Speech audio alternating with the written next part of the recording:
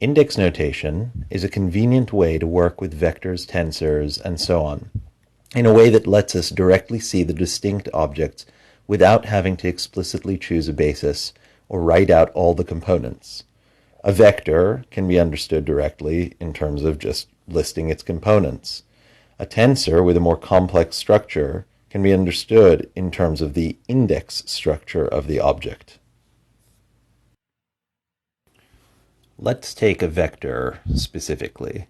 We can expand it out in a basis. We'll call the basis vectors E subscript I, and the I is an index that labels the different basis vectors. So for instance, in d dimensions, I will run over the numbers 1, 2, etc., all the way up to d. The vector can be expressed as a summation from I equals 1 to d of v upstairs index I times the basis vector E vector subscript I. Notice that I have used an upstairs index for the vector components. We'll talk about why we choose this convention later. There is a very important key point, though. Don't confuse upstairs indexes with an exponent.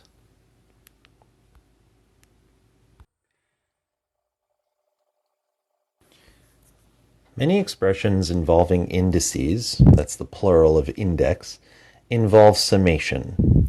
Notice that the repeated I index is the one that's summed over in the expression above. The Einstein summation convention is the notational trick that says we should always read a repeated index as automatically being summed over. This is very convenient as it removes a lot of excess notational baggage from our expressions.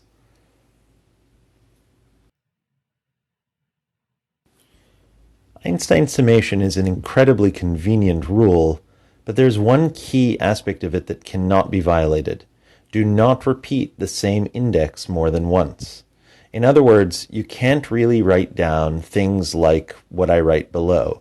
V upstairs I, U downstairs I, U downstairs I. Don't worry about what these expressions physically mean or mathematically mean. The key point is the extra repeated indices overload the notation and will mess you up. A repeated index is often called a dummy index, or more respectfully, a bound index. So in an expression like V upstairs I, V upstairs J, U downstairs I, the I index is called a dummy index. Dummy index labels can be changed to different labels, but you have to do it by pairs.